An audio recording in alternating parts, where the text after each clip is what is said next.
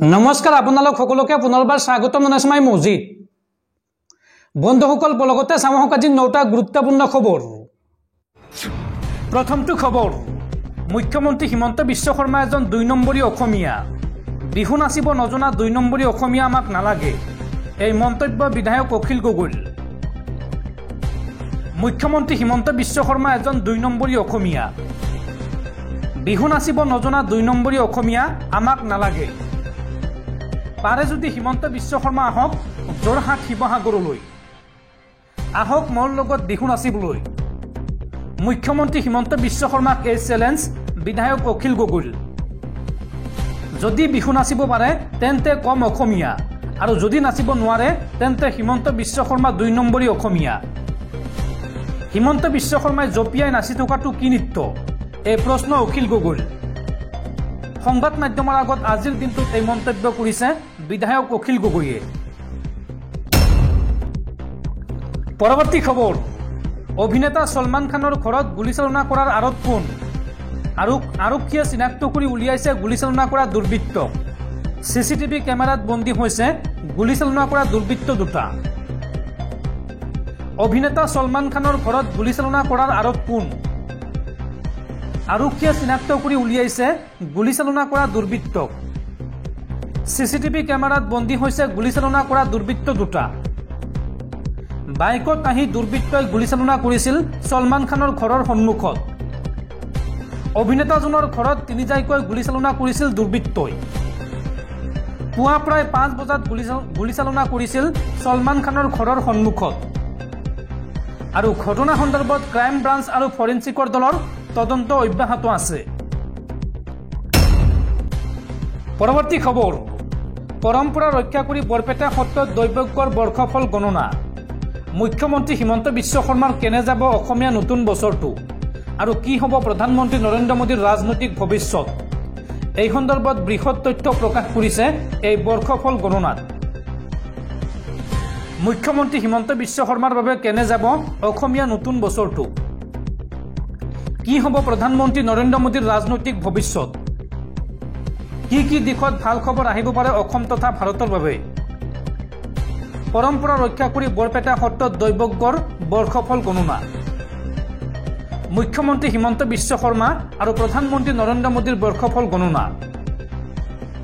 কি আছে এই বৰ্ষফল গণনাত চাওঁ আহক। 2026ৰ 17 নৱেম্বৰলৈকে অতি শুভ দশা চলি থাকিব মুখ্যমন্ত্ৰীৰ।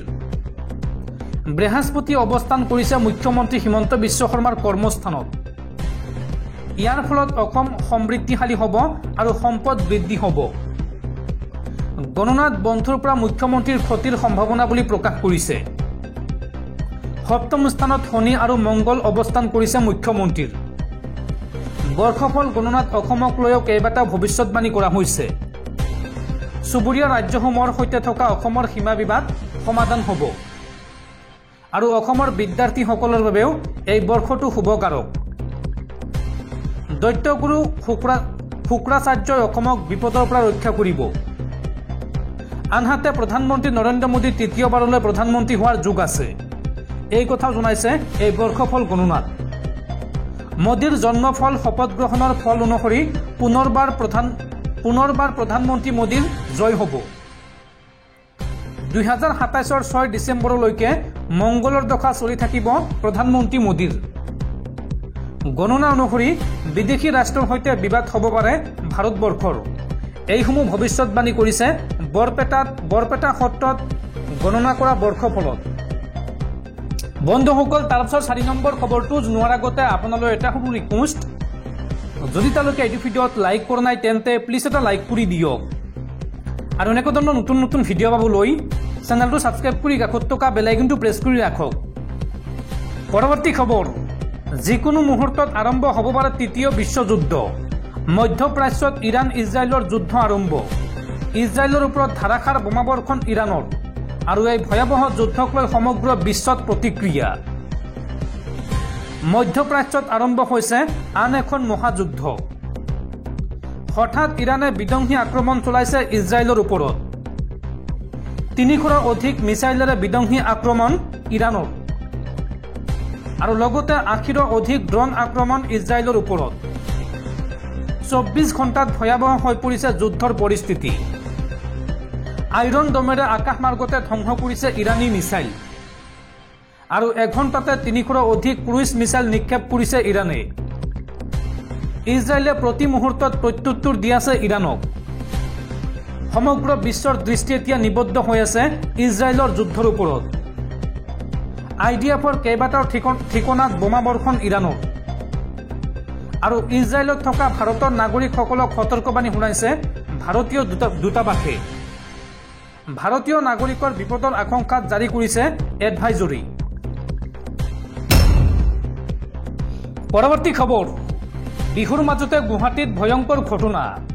গুৱাহাটীৰ লাল গণেশত যুৱতীক দলবদ্ধ ধৰ্ষণ আৰু ঘটনা সন্দৰ্ভত আৰক্ষীক অভিযোগ দিলেই যুৱতীক গুলীয়াই মৰাৰ ভাবুকি অভিযুক্তৰ। গুৱাহাটীৰ লাল গণেশত যুৱতীক বলাৎকাৰ। ঘটনাটোত জড়িত দুজনক ইতিমধ্যে গ্ৰেপ্তাৰ কৰিছে আৰক্ষীয়ে আৰু এজন পলাতক। আৰু এই সন্দৰ্ভত আৰক্ষীক অভিযোগ দিলে গুলীয়াই মৰাৰ ভাবুকি দিছিল যুৱতীগৰাকীক। ৰাজপথৰ পৰা অপহৰণ কৰি বলাৎকাৰ কৰিছিল যুৱতীগৰাকীক। আৰু ঘটনা সন্দৰ্ভত ফাটাশিল আৰক্ষীয়ে জব্দ কৰিছে অপৰাধীৰ বাহন। ভুক্তভোগী যুৱতীগৰাকী শিলচৰৰ। কৰ্মসূত্ৰে গুৱাহাটীৰ আমবাৰীত ভাড়াতীয়া হিচাপে আছিল যুৱতীগৰাকী। আৰু 3 অভিযুক্ত হৈছে ক্ৰমে আলোক ঘোষ, বিপুল সিং আৰু প্ৰদীপ দে। ঘটনা সন্দৰ্ভত গুৱাহাটী মহানগৰ আৰক্ষীৰ তদন্ত অব্যাহত আছে।